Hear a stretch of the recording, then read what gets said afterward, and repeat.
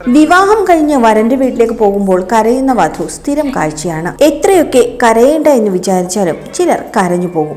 ഈ കല്യാണ പെണ്ണും അങ്ങനെ തന്നെയാണ് കരുതിയത്, ചിരിച്ച് സന്തോഷമായി ഇറങ്ങണമെന്ന്. പക്ഷേ അച്ഛന്റെ മുഖം കണ്ടതും സങ്കടമാണ് പൊട്ടിയൊഴുകി. ഇമ വെഡിങ് ആർട്സ് പങ്കുവച്ച വീഡിയോ ആണിത്.